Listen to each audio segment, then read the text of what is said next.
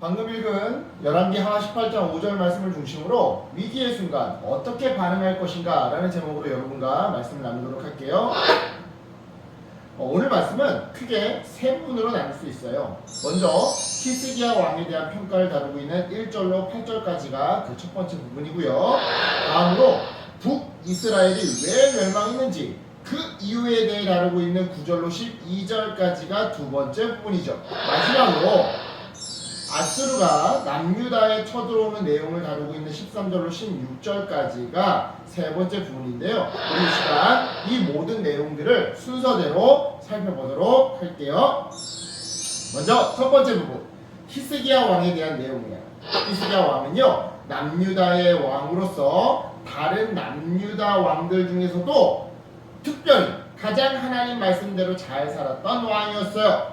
즉 모세의 율법을 그 누구보다 잘 지켰다는 말이고요. 따라서 그의 모든 행위가 하나님 보시기에 정말 정직했었다는 의미인데요. 실제로 그는요, 조상들이 우상 숭배를 위해 세웠던 산당을 모두 다 헐어버렸어요. 또 우상인 돌기둥들도 모두 부셔버렸고요. 특히 아세라 목상도 찍어서 내버려 버렸죠. 무엇보다 모세 시대 때부터 간직하고 있었던 이 모세가 만들었던 놋뱀, 구리뱀도 산산조각 깨트려 버렸는데요. 여기 질문, 히스기야는 왜 모세가 만든 놋뱀을 부셔버렸던 걸까요? 네, 당시 이스라엘 백성들이 하나님이 아닌 모세가 만든 이 놋뱀을 하나님보다 더 섬겼기 때문이었어요. 즉 어떤 형상도 어떤 사물도 하나님처럼 신처럼 섬기지 말라고 하셨던 그 하나님의 십계명 말씀을 명령을 어기고 믿음 좋은 신앙의 영이 어떤 믿음 훌륭한 신앙의 영이 사용했던 물건이라는 이유로 그 물건을 마치 하나님이냐 숭배했던 건데요. 그래서 히스기야는요, 모세의 놋뱀을 산산조각 깨트려 버렸던 거예요. 그리고 이러한 행동 덕분에 성경은 히스기야를 남유다의 그 어떤 왕들보다 가장 뛰어난 왕이라고 평가했던 거죠. 뿐만 아니에요. 예상하지 못한 갑작스러운 위기 상황에서 뿐만 아니라 문제가 없는 일상생활 속에서도 히스기야는 하나님만 신뢰했는데요. 그 결과 하나님은요, 히스기야 왕이 어딜 가든지 무엇을 하든지 늘 그와 함께 해주셨어요. 그래서 그가 남유다를 통치하는 그 기간 동안 남유다의 백성들은 마치 그 옛날 다윗과 솔로몬이 통치하던 시절처럼 풍성하고 안정된 삶을 누릴 수가 있었죠. 여기까지가 오늘 본문 첫 번째 단락의 내용이에요. 그렇다면 이어서 두 번째 단락 살펴볼게요. 이 부분의 주된 내용은요, 이 북이스라엘 멸망의 이유예요. 북이스라엘 멸망의 이유. 보세요. 오늘 본문 9절을 보면요, 성경의 저자가 히스기야 왕에 대한 설명을 쭉 이어가다가 갑자기 다른 나라, 즉 북이스라엘의 멸망에 대해 소개를 하는데요. 이처럼 성경 저자가 갑자기 말을 바꿔서 대화의 내용을 틀어버린 이유는 무엇이었을까요? 결론부터 말하자면요, 하나님의 말씀에 불순종할 때 맞이하게 되는 모습을 히스기야 왕과 비교해서 보여주기 위함이었어요. 자, 보세요. 북이스라엘이 멸망했던 것은요, 정적인 이유나 전쟁에서 패배했기 때문이 아니었어요. 물론 그것들이 어떤 표면적인 이유인 것은 맞아요. 하지만 보다 근본적인 이유가 있는데요. 그게 뭐냐? 하나님께 대한 불순종, 다른 말로 모세 율법에 대한 십계명에 대한 불순종이었는데요. 관련해서 우리 본문 12절을 같이 읽어볼게요. 시작. 이는 그들이 하나님 여호와의 말씀을 듣지 아니하고 그의 언약과 여호와의 종 모세가 명령한 모든 것을 따르지 아니하였음이더라. 아멘.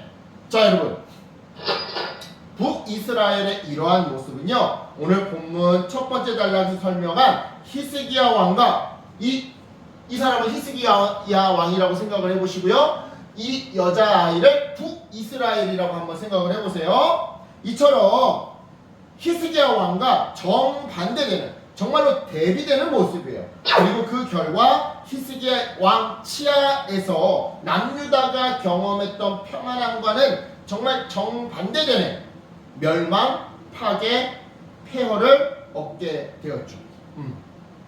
이처럼 여러분, 하나님의 말씀대로 순종하며 살아감으로 칭찬을 받은 히스기야와 하나님의 말씀에 불순종해서 살아감으로 멸망한 북이스라엘을 비교해서 보여주는 오늘 본문은요, 이제 마지막 단락에서 아수르가 남유다를 침공하는 이야기를 들려주는데요, 하나님의 말씀대로 순종한 히스기야에게 꽃길만 있었던 것은 아니었어요. 가시밭길도 있었어요. 그에게도 위기가 찾아왔는데요, 바로 아수르의 침략이었어요. 아수르는요, 남유다를 쳐 들어와서 여러 성들을 함락시켰고요, 예루살렘을 포위하고서는 히스기야 왕에게 항복하라고 협박을 했어요. 이에 히스기야는 어쩔 수 없이 정말 마지못해 아수르 왕에게 대신 조공을 바치기로 약속하는데요, 은 300달란트와 금 30달란트의 조공을 바쳐야만 했어요. 이 정도의 양을 약속했어요. 자, 이걸 오늘날 가치로 환산하자면 1데나리온이 노동대 하루 임금이거든요. 그러니까 약 오늘날로 한 10만원이라고 해보자고요. 그러면 은 1달란트는요 6,000데나리온이에요.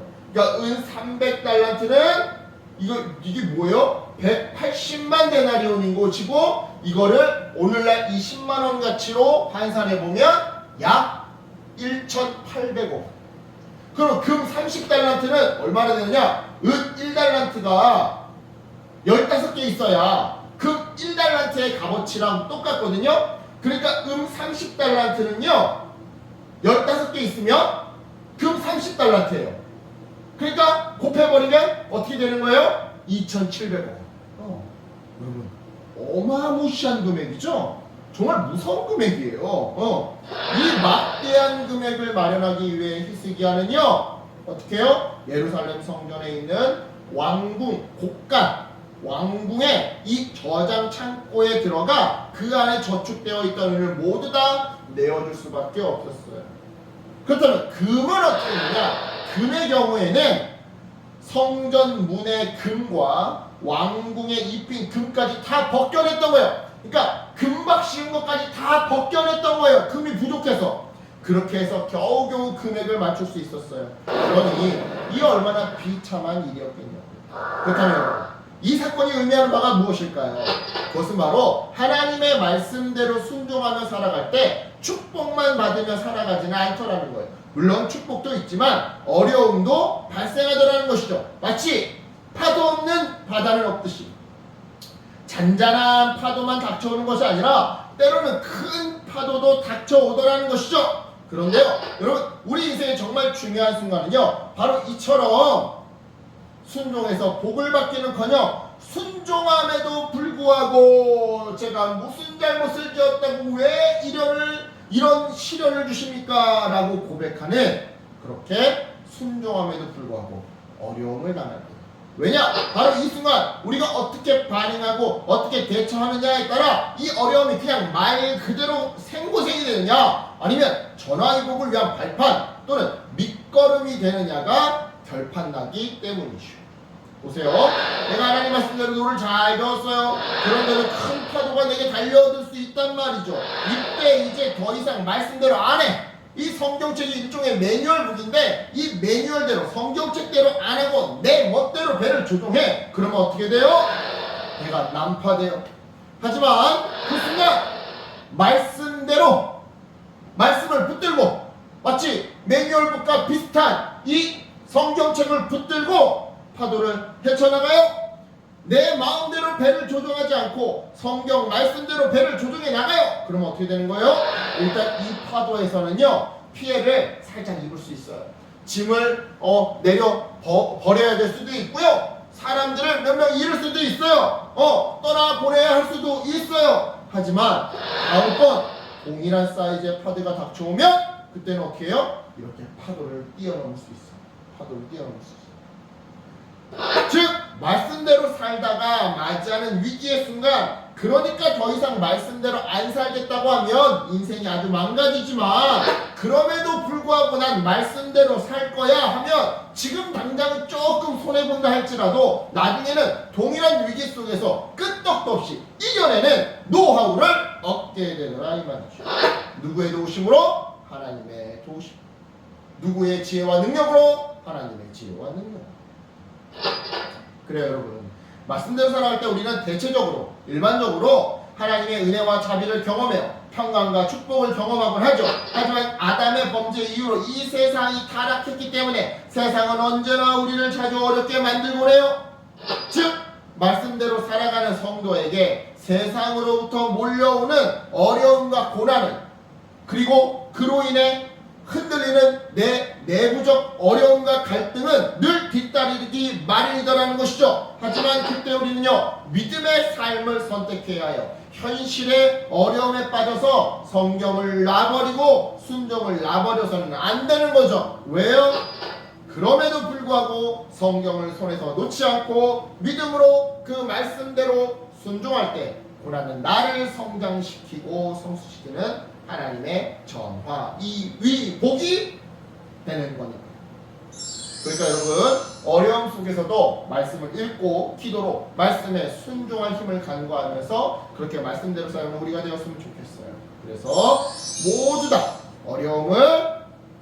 이 어려움으로 그냥 남겨두는 사람이 아니라 전화, 위복의 발판으로 그 어려움을 승화시키는, 전환시키는 우리 믿음의 포도나무 교회 어린이들 되기를 예수님의 이름으로 축복합니다. 아멘.